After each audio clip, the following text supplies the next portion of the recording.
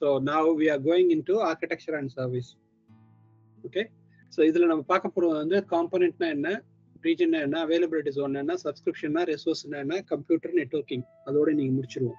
Okay, first 1 and 2 ஓட இன்னைக்கு முடிச்சிடுவோம். நாளைக்கு 1 2 நாளைக்கு முடிப்போம்.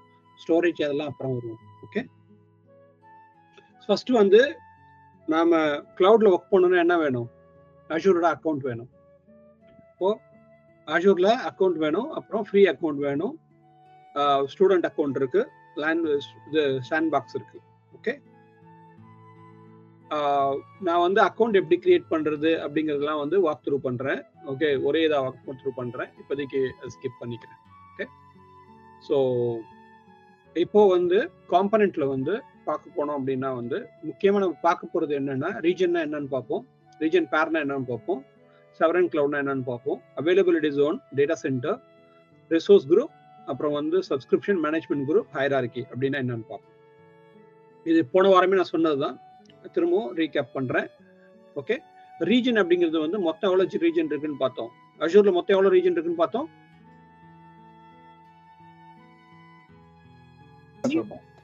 66 பார்த்தோம். ஓகே ஓகே பார்த்தோம். அப்போ ஒரு ரீஜனுக்கு எத்தனை டேட்டா சென்டர் இருக்குன்னு பார்த்தோம். ஒரு ரீஜனுக்கு 3 அவைலபிலிட்டி ஜோன் இருக்கு அப்படின்னு பார்த்தோம். அது இல்லாம ஒரு அவைலபிலிட்டி ஜோன்ல எத்தனை டேட்டா சென்டர் இருக்குன்னு பார்த்தோம் அப்படின்னா வந்து ஒரு அவைலபிலிட்டி ஜோன்ல எத்தனை டேட்டா சென்டர் வேணுமோ இருக்கலாம் அப்படின்னு பார்த்தோம். ரைட்டா, மோர் தென் 1 டேட்டா சென்டர் அப்படின்னு பார்த்தோம். ஓகே, சோ அப்போ மொத்தம் இருக்கிறது வந்து 60+ ரீஜன் இருக்கு. அப்ப 66 இப்ப இன்னைக்கு கணக்குப்படி. ஓகே, அப்போ அதுல பாத்தீங்கன்னா வந்து இந்த டாட்டட் லைன் இருந்துச்சுன்னா அதெல்லாம் அனௌன்ஸ்டு ரீஜன். ஃபார் எக்ஸாம்பிள் வந்து மெக்சிகோ, இஸ்ரேல், கத்தார் அதெல்லாம் வந்து அனௌன்ஸ். இது பழைய போட்டோ, கத்தார்லாம் லைவ் ஆயிடுச்சு, இஸ்ரேல்லாம் லைவ் ஆயிடுச்சு. ஓகே, ஸோ அவைலபிலிட்டி ஜோன் அப்படின்னா எல்லா இடத்துலயும் அவைலபிலிட்டி ஜோன் இல்லை, சில இடங்கள்ல இருக்கு, சில இடங்கள்ல இல்லை. ஸோ அதனால வந்து அதை வந்து இந்த டைமண்ட் வச்சு மார்க் பண்ணியிருப்பாங்க. ஓகே, ஸோ அதுதான் வந்து அவைலபிலிட்டி ஜோன் அப்படிங்கிறத பத்தி பார்த்தோம். ஸோ அவைலபிலிட்டி ஜோன் அப்படிங்கிறதுப்ப என்ன பார்த்தோம்? ஒரு டேட்டா ஒரு ரீஜன் வந்து 3 அவைலபிலிட்டி ஜோன் இருக்கும். அங்க ஒன்னொன்னுக்கு என்ன இருக்குன்னு பார்த்தோம் அப்படின்னா வந்து ஒரு டேட்டா சென்டர் ஃபெயில் ஆயிடுச்சுன்னா சர்வீஸ் ஃபெயில் ஆயிடக்கூடாது, ரீஜன் உள்ள சர்வீஸ் எதுவுமே ஃபெயில் ஆயிடக்கூடாது அப்படிங்கிறதுக்காக அதை வந்து நம்ம மல்டி ஜோன்ல வைக்கலாம் அப்படின்னு பார்த்தோம். மல்டி ஜோன் அப்படிங்கிறது ஒரு ரீஜன்ல சேம் க்ளோஸ் பக்கத்துலயே தான் இருக்கும், ஒரு 15-30 கிலோமீட்டருக்குள்ளதான் இருக்கும் ஒரு அவைலபிலிட்டி ஜோன் அப்படிங்கிறத பார்த்தோம். அது மட்டும் இல்லாம இந்த ஒவ்வொரு அவைலபிலிட்டி ஜோனும் எப்படி இருக்கும் அப்படின்னு பார்த்தோம்னா, இதுக்கு தேவையான பவர் வந்து வேற இடத்துல இருந்து வரும். இதுக்கும் ஒரே ப்ரொவைடர்ட்ட பவர் இருக்காது. இதுக்கு வேற ஸ்டேஷன்ல இருந்து பவர் வரும், இதுக்கு வேற ஸ்டேஷன்ல இருந்து பவர் வரும், பவர் ஸ்டேஷன். ஓகே, அப்படிங்கிறத பார்த்தோம். அதே மாதிரி இதுக்கான கூலிங் வேற இடத்துல, கூலிங் மிஷின்லாம் தனி, இதுக்கான கூலிங் மிஷின் தனி.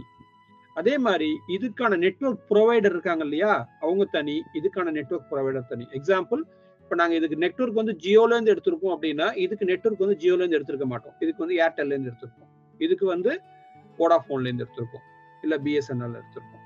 ஓகே, அப்போ 3 டிஃப்ரெண்ட் ப்ரொவைடர்ட்டு நெட்வொர்க்கு, பவர் பிளஸ் கூலிங் எல்லாமே இருக்கும். அப்பதான் நம்மளால ரெடண்டன்சியை காப்பாற்ற முடியும், அதை வந்து மெயின்டைன் பண்ண முடியும். அதே மாதிரி ஒன்னு எப்படின்னா கனெக்டட்னா பிரைவேட் ஃபேப்ரிக், அதாவது ஃபைபர் நெட்வொர்க், ஆப்டிக்கல் நெட்வொர்க் மூலமா எல்லாத்தையுமே கனெக்ட் பண்ணிருக்கோம் அப்படிங்கிறதையும் நாம பார்த்தோம். ஓகே, இதுதான் வந்து அவைலபிலிட்டி ஜோன். அதுக்கு அடுத்து வந்து இந்த அவைலபிலிட்டிங்கிறது ரீஜன்ங்கிறது வந்து ஒரு ரீஜன் வந்து இன்னொரு ரீஜனோட பேரா இருக்கும்னு பார்த்தோம். ஓகே, பேர் அப்படின்னா வந்து நாம மெயினா ஒரு ரீஜன் இருக்கும், அதுக்கு இன்னொரு ரீஜன் இருக்கும். எக்ஸாம்பிள் வந்து சென்ட்ரல் இந்தியா அப்படின்னு ஒரு இந்தியா ரீஜன் இருக்கு, அதை வந்து எதோட லிங்க் பண்ணிருக்கோம்? சவுத் இந்தியாவோட லிங்க் பண்ணிருக்கோம் அப்படின்னு பார்த்தோம். அப்போ சென்ட்ரல் இந்தியால ஏதாவது பிரச்சனை அப்படின்னா உடனே அந்த சர்வர் எல்லாமே, சர்வீஸ் எல்லாமே எங்க சுவிட்ச் ஆயிடும்? சவுத் இந்தியாவுக்கு சுவிட்ச் ஆயிடும்.